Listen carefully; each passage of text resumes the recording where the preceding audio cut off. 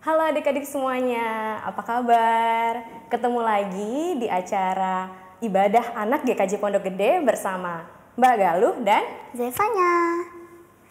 tentunya dalam keadaan yang sehat ya dan sukacita. Kita patut bersyukur masih diberikan kesehatan sehingga bisa bersekolah minggu meskipun dari rumah masing-masing. Nah, sekarang kita berdiri yuk. Kita mau bernyanyi dan bersukacita bersama dengan pujian Dengar Dia Panggil.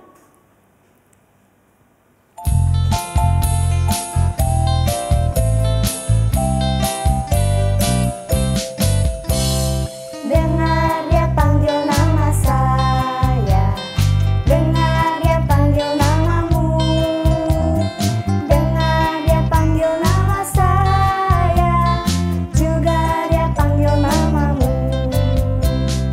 Oh giranglah,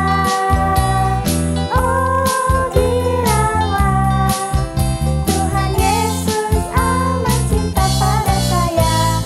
Oh giranglah, ku jawab ya, ku jawab ya, ku jawab ya Tuhan, ku jawab ya Tuhan, ku jawab ya.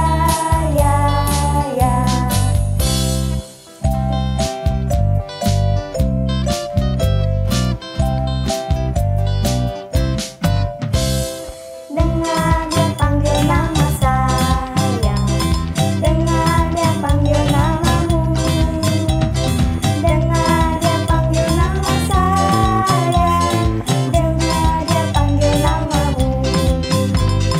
Oh giranglah, Tuhan Yesus amat cinta pada saya. Oh giranglah, ku jawab ya, ku jawab ya, ku jawab ya Tuhan, ku jawab ya Tuhan, ku jawab ya.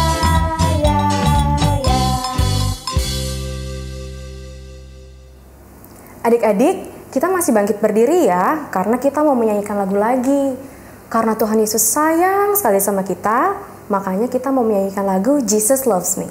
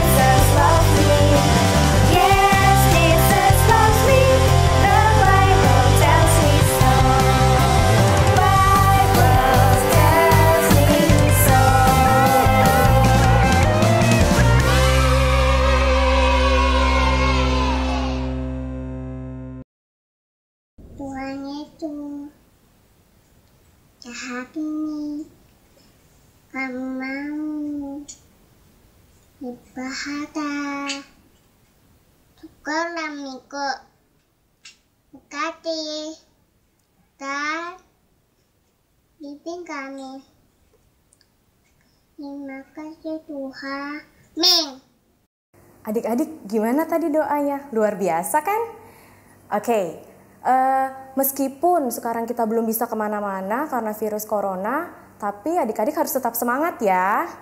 Sekarang sebelum kita masuk ke firman, kita mau menyanyikan lagu dulu. Lagunya Baca Kitab Suci.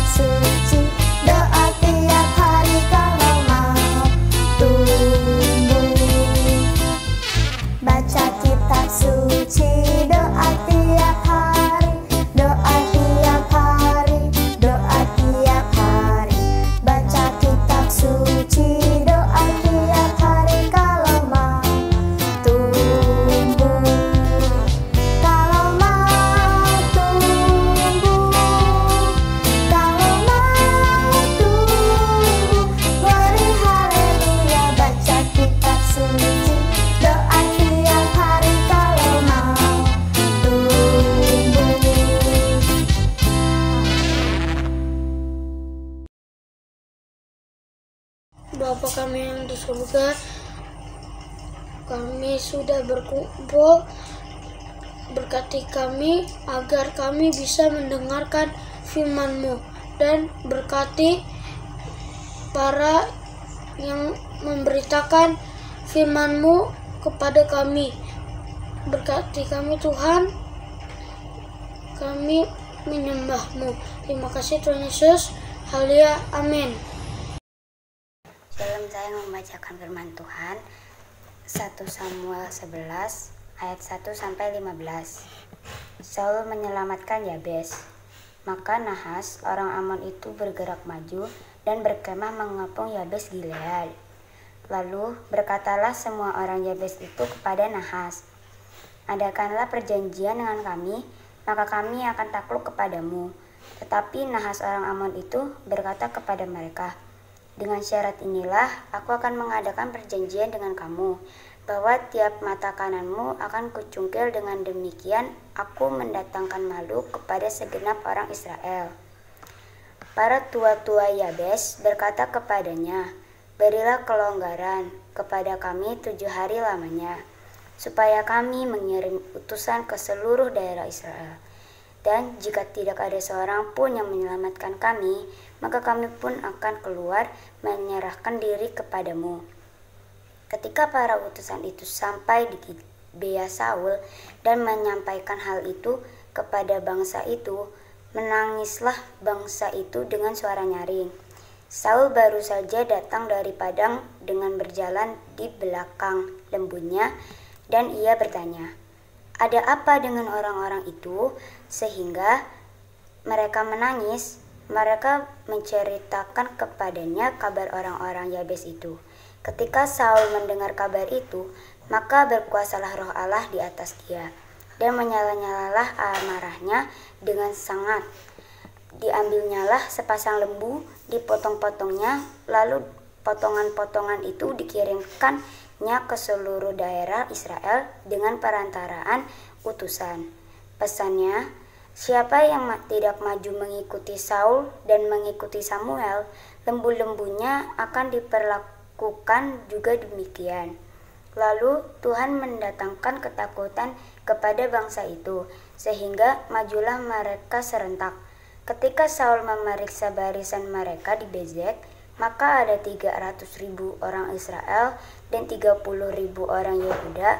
Kepada para utusan yang datang itu dikatakan, "Beginilah kamu katakan kepada orang Yabes Gilead, besok pada waktu panas teriknya matahari akan datang bagimu penyelamatan." Ketika para utusan kembali dan memberitahukan hal itu kepada orang-orang Yabes, bersukacitalah mereka. Lalu orang-orang Yabes di Bezek, maka ada 300.000 orang Israel dan 30.000 orang Yehuda.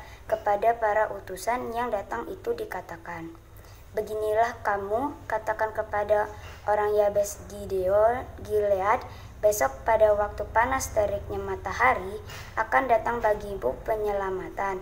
Ketika para utusan kembali dan memberitahukan hal itu kepada orang-orang Yabes, bersukacitalah mereka. Lalu orang-orang Yabes itu berkata kepada Nahas, "Besok kami akan keluar menyerahkan diri kepadamu, maka bolehlah kamu melakukan terhadap kami apapun yang kamu pandang baik."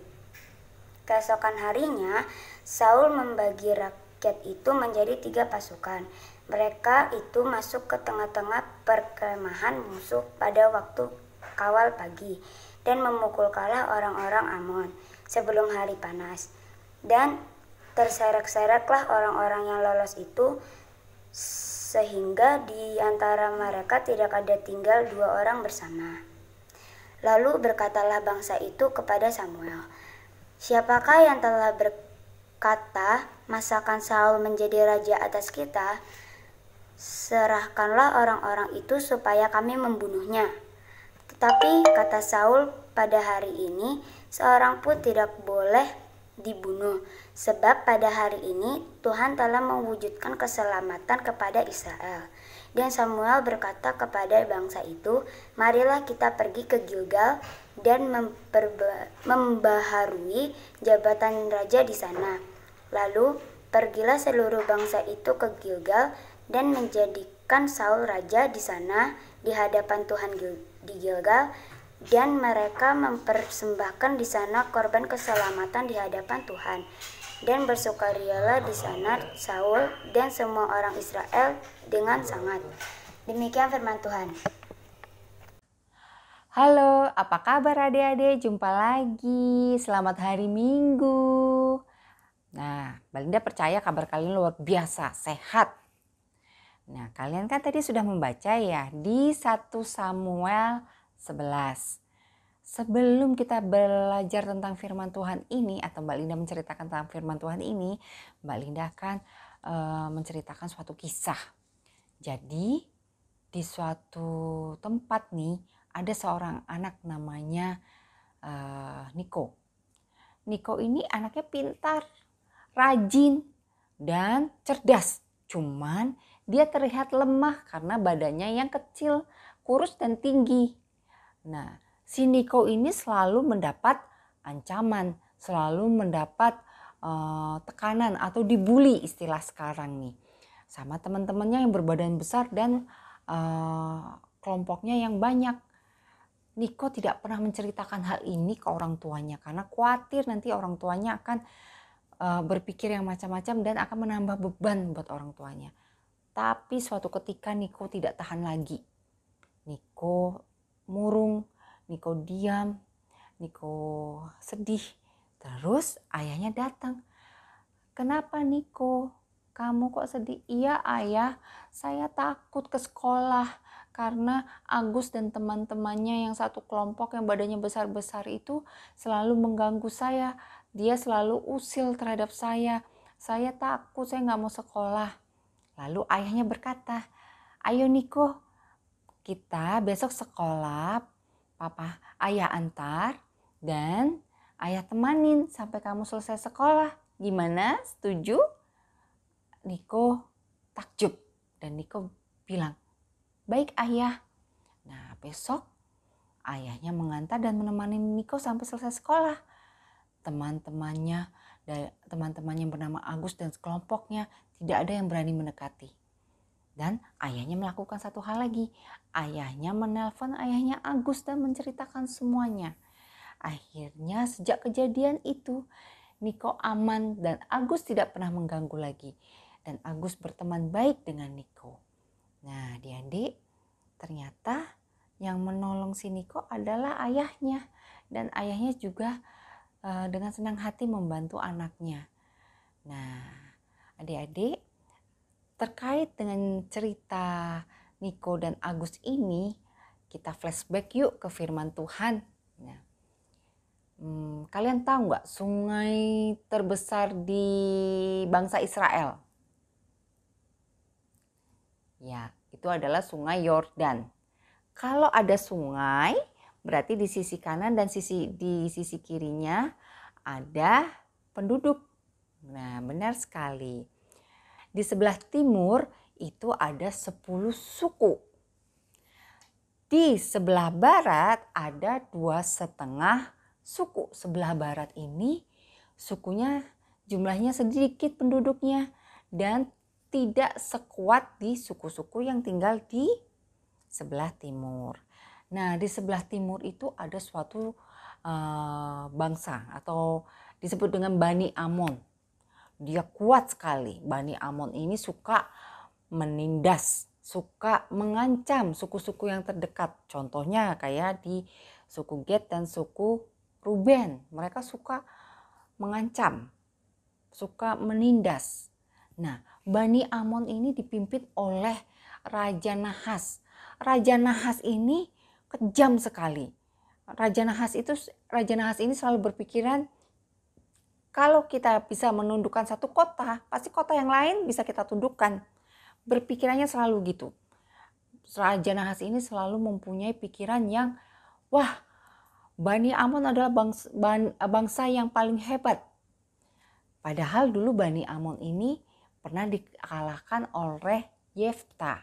Tapi seiring dengan waktu, Bani Amon ini menjadi bangsa yang kuat, bangsa yang hebat, dan dia Bani Amon ini bercita-cita untuk menindas atau mengancam kota-kota yang di sekitarnya. Nah, salah satu sasarannya adalah kota Yabesi. Coba kita ikutin ya omongannya. Kota Yabesi. Nah, kota Yabesi ini kecil, penduduknya sangat sedikit. Nah, Raja Nahas ini sangat ambisi sekali untuk menaklukkan kota Yabesi. Jadi, Raja Nahas ini membuat kemah-kemah di sekitar-sekitar kota Yabesi. Dan pagi hari penduduk kota Yabesi kaget begitu melihat, loh di sana ada kemahnya Bani Amon. Di depan juga ada, di belakang juga ada. Jadi kotanya itu sudah dikelilingin oleh kemah-kemahnya bangsa Bani Amon. Tentu saja penduduk kota Yabesi ketakutan. Aduh gimana ini? Kita pasti akan diserang. Nah akhirnya penduduk Yabesi mengutus utusan untuk menghadap Raja Nahas. Mereka bilang seperti ini. Wahai Raja Nahas, mari kita adakan perjanjian. Utusan-utusan dari kota Yabesi untuk menghadap Raja Nahas. Mereka bilang, jangan memerangi kota kami. Buatlah perjanjian dengan kami, maka kami akan menyerah kepadamu. Begitu katanya penduduk kota Yabesi kepada Raja Nahas. Tapi Raja Nahas bilang seperti itu. Aku hanya membuat perjanjian dengan satu syarat. Aku akan mencukil mata sebelah kanan setiap laki-laki yang ada di kota Yabesi. Itu kan sama saja menghina penduduk kota Yabesi. Kota Yabesi akhirnya bilang seperti ini. Baiklah kami minta waktu 7 hari supaya kami mencari bantuan. Apabila tidak ada yang datang selama 7 hari kami akan menyerah. Raja Nahas setuju dan penduduk kota Yabesi pulang. Mereka kebingungan. Aduh siapa yang mau nolong kita ya? Aduh siapa yang mau nolong kita? Tiba-tiba salah satu penduduk kota Yabesi ingat. Bangsa Israel kan punya seorang raja yang baru dilantik kemarin. Ayo, siapa namanya? Oh itu ya, Raja Saul. Ya benar Raja Saul. Jadi penduduk kota Yabesi mengutus beberapa orang untuk ke kota Gibea, tempat Saul berada. Nah, utusan dari kota Yabesi jalan ke kota Gibea. Nah, ke tempat di mana Saul tinggal. Karena Saul itu raja pertama bangsa Israel, belum punya istana, belum punya singgasana. Jadi Saul tidak duduk di singgasana raja pada umumnya. Saul masih membantu ayahnya bekerja di ladang. Nah, ketika utusan itu sampai di kota Gibea, mereka tidak menemukan Saul karena Saul masih bekerja di ladang.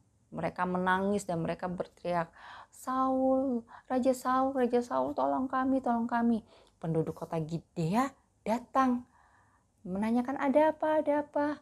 Nah, utusan dari kota Yabesi ini menceritakan semua bahwa kota mereka sudah dikepung oleh Bani Amon dan Bani Amon akan mencungkil mata sebelah kanan dari para laki-laki yang tinggal di kota Yabesi. Nah, akhirnya utusan dari kota Yabesi dan penduduk Gibea, mereka menangis dan meratap bersama. Sampai sore hari si Saul datang. Waktu Saul mendengar berita itu, Roh Tuhan turun dalam Saul. Dan Saul berkata, tidak ada seorang pun yang bisa menculik mata dari anak-anak Tuhan. Saul marah karena Saul merasa bahwa Bani Amon merencanakan perbuatan yang jahat kepada kota Yabesi. Lalu Saul mengumpulkan banyak orang. Lalu Saul menyembelih sepasang lembu, lalu mengirimkan utusan dengan lembu ini ke suku-suku di Israel. Mereka membawa pesan, lembu-lembumu akan diperlakukan demikian jika kamu tidak mengikuti Saul dan Samuel. Akhirnya banyak orang semangat berkumpul. Dan ketika Saul menghitung orang-orang yang sudah terkumpul, jumlahnya adalah 330.000 orang. jumlah yang cukup banyak. Lalu Saul mengutus utusan dari kota Yabesi ini pulang. Pulanglah, karena tidak ada seorang pun yang akan membunuhmu. Engkau akan diselamatkan ketika matahari terbit. Nah, akhirnya utusan dari kota Yabesi pulang. Dan mereka pura-pura di depan Raja Nahas tadi, raja yang kejam dari Bani Amon tadi. Mereka bilang, besok pagi kami akan keluar dan kami akan menyerahkan diri kami. Kami akan menyerahkan kota kami. Raja Nahas percaya. Dan Raja Nahas memberitahu kepada pasukannya. Mereka bersorak-sorai kegirangan. Mereka kira mereka akan menang. Dan itu membuat mereka lengah. Membuat mereka tidak hati-hati. Mereka melonggarkan penjagaannya. Akhirnya mereka tertidur pulas di malam harinya. Pas malam harinya, Saul dan Samuel yang sudah tua berserta rombongannya jalan dari kota Gibea ke kota Yabesi. Nah, sampai ketika hampir fajar mereka menyerang tenda-tenda atau kemah-kemah dari Bani Amon itu dari 3 penjuru. Nah, Bani Amon yang saat itu sedang tertidur lelap dan terbuai mimpi yang indah karena mereka menganggap mereka menang. Mereka terkaget-kaget. Mereka kocar-kacir. Dan sebagian besar mereka terbunuh. Karena mereka tidak siap. Nah, terus akhirnya Raja Nahas pun juga terbunuh.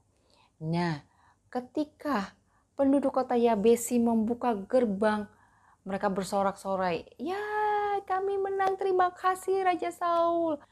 Nah, kemenangan Saul itu menjadikan Saul menjadi pahlawan besar bagi bangsa Israel. Penduduk kota Yabesi berkata, kami akan melakukan apapun untuk membalas budi baikmu.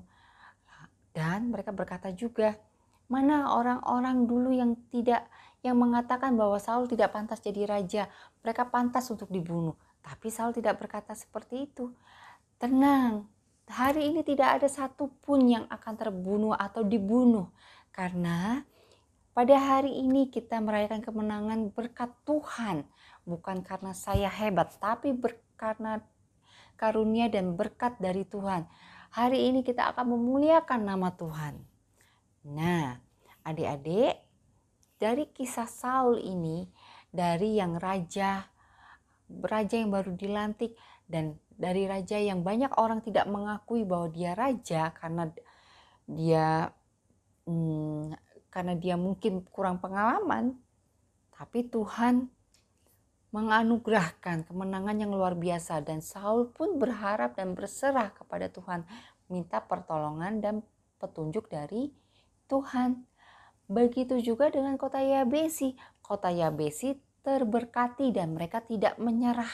Mereka percaya bahwa pertolongan itu pasti ada kalau kita berusaha dan berharap terhadap Tuhan. Akhirnya doa orang-orang Yabesi dijawab oleh Tuhan dengan Saul sebagai penolong. Begitu juga dengan adik-adik. Kita harus percaya bahwa Tuhan itu sumber kekuatan kita. Terus yang kedua adalah apabila kita melihat teman-teman kita ditindas atau diusilin oleh teman yang lain, kita harus menolong teman kita yang lemah. Oke adik-adik, demikian firman Tuhan hari ini.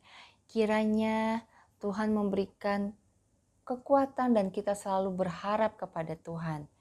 Kepada Tuhan kita, yaitu Tuhan Yesus Kristus. Yuk sekarang kita berdoa ya. Terima kasih Tuhan Yesus untuk hari ini kami boleh sekolah minggu dan mendengarkan firman Tuhan walaupun secara online. Tuhan, pada saat ini kami sudah belajar firman Tuhan tentang Raja Saul yang Engkau berkati dengan luar biasanya. Raja Saul yang menolong penduduk kota Yabesi untuk melawan Bani Amon. Kami mau belajar Bapa bahwa apabila kami berharap dan berserah penuh kepada Engkau, Engkau akan memberikan kami pertolongan dengan luar biasanya. Terima kasih Tuhan Yesus, dan kami juga mau menjadi seperti Raja Saul yang siap sedia menolong orang-orang yang membutuhkan tanpa pamrih. Terima kasih Bapa kami yang ada di surga, kami percaya bahwa firman ini boleh menjadi pelita dalam kehidupan kami. Dalam nama Tuhan Yesus kami sudah berdoa. Amin. Terima kasih adik-adik. Tetap sehat ya, tetap semangat dan tetap sukacita. Dadah. Gimana teman-teman cerita hari ini? Pasti seru kan? Semoga kita semua jadi anak Tuhan yang suka menolong, rajin berdoa, serta selalu percaya bahwa Tuhan Yesus akan menolong dan berserta dengan kita. Sama seperti Nabi Elisa yang berdoa untuk membangkitkan seorang anak, dan Raja Saul yang menolong orang Yabesi. Semoga cerita hari ini bisa jadi berkat untuk kehidupan kita. Mari kita nyanyikan Engkau Yesus Tuhanku.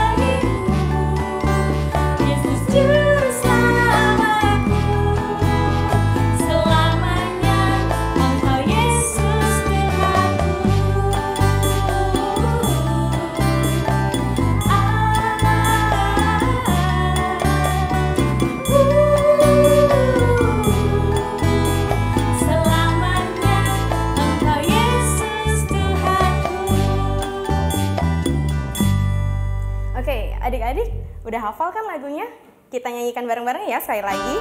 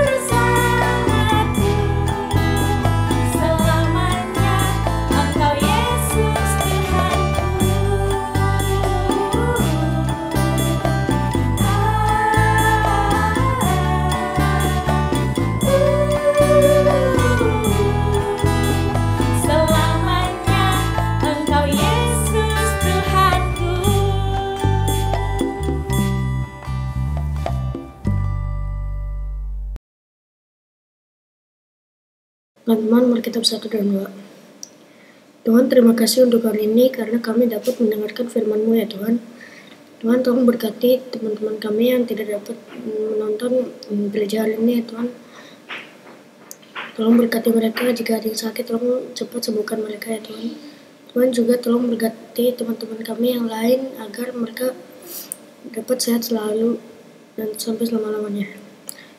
Tuhan, tolong berkati orang tua kami yang sudah bekerja keras untuk kami, untuk kesehatan kami juga ya Tuhan. Tuhan, tolong berkati mereka agar mereka juga tetap sehat setiap hari ya Tuhan. Terima kasih Tuhan. Amin. Adik-adik, ibadah kita sudah selesai. Marilah kita terus menjadi anak Tuhan yang selalu memberikan yang terbaik sebagai hadiah kita untuk Tuhan. Mari kita menyanyikan lagu A Gift to You.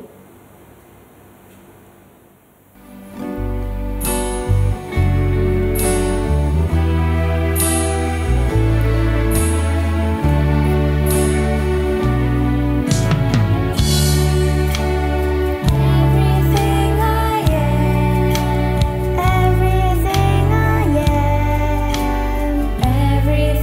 I be,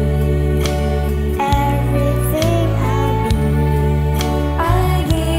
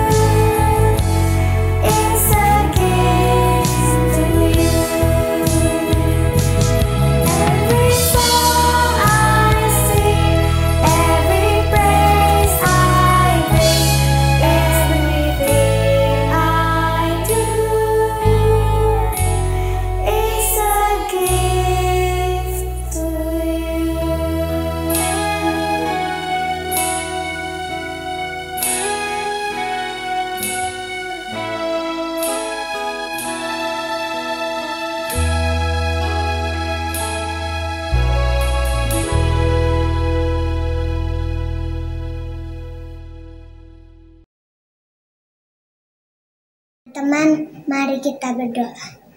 Tuhan Yesus, terima kasih kami sudah boleh sekolah minggu walaupun tidak di gereja. Berkati kami selalu ya Tuhan. Haleluya, amin. Bapa, terima kasih. Bapa, terima kasih. Bapa di dalam surga, ku berterima kasih.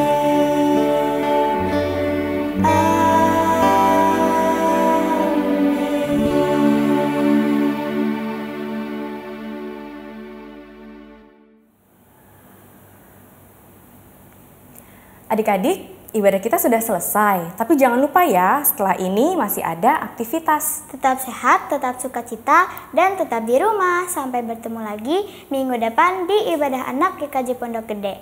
Selamat hari Minggu, Tuhan Yesus memberkati. Bye-bye.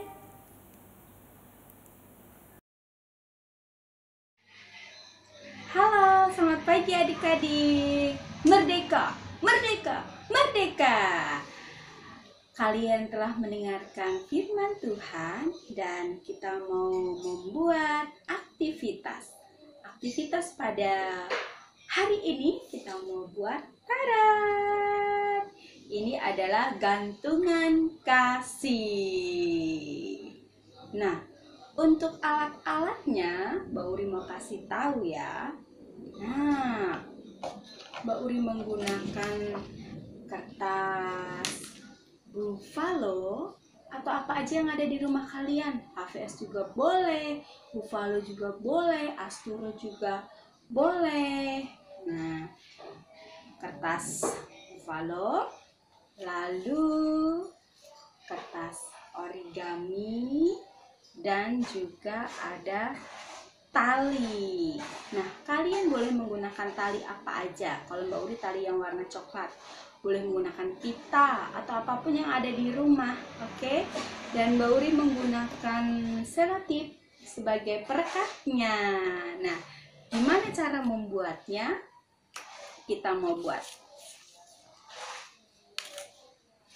Nah, kertas buffalo kita jadikan dua, dilipat jadi dua. Lalu di sini kita bentuk love. Kita gunting.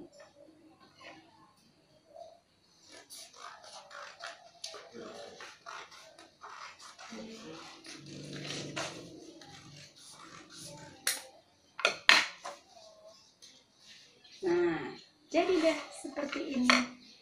Kita bikin lagi, kita ambil lagi tengahnya.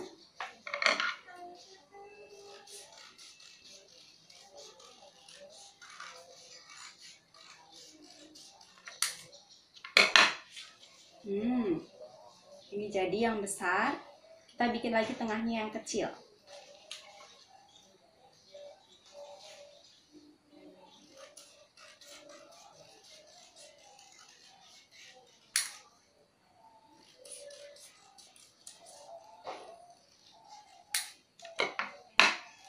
Nah, jadi yang kecil, ini yang besar. Lalu kita tempel. Yang kecil ditempel yang tengah-tengah menggunakan tali.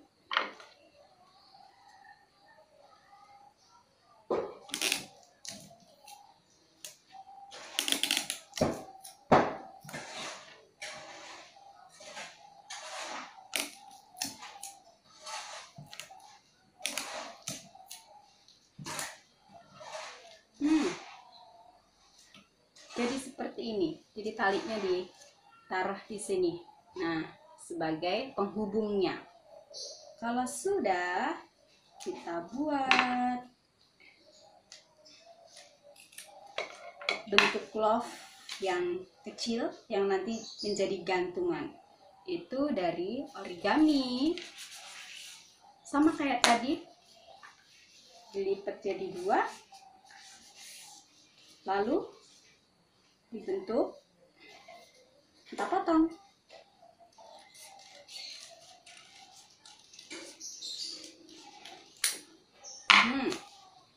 Jadi deh. Lalu kita gantung di sininya. Oke?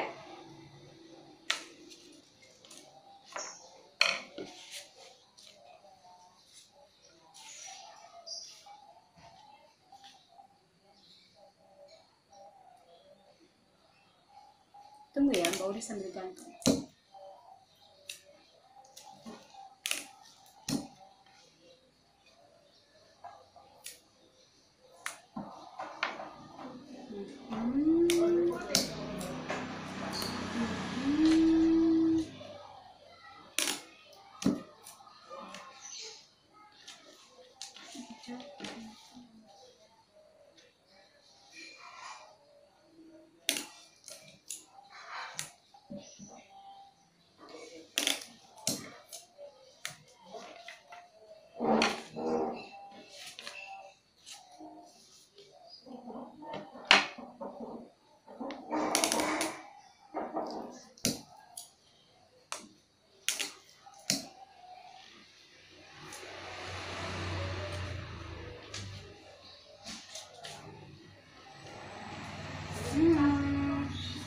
Jadi seperti ini. Nah, lalu kita bikin tali di atasnya yang panjang.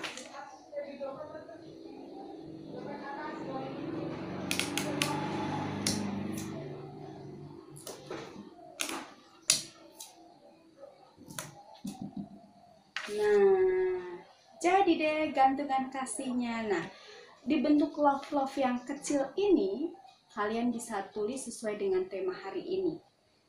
Atau misalkan ayat hafalanya juga boleh. Jadi di sininya bisa tulis aku mengasihi kakak, contohnya seperti itu. Ya. Dan tema hari ini kalian tulisin di sini. Kalian bisa tempel di kamar kalian. Jadi deh gantungan kasihnya. Bye-bye. Sampai minggu depan. Dadah.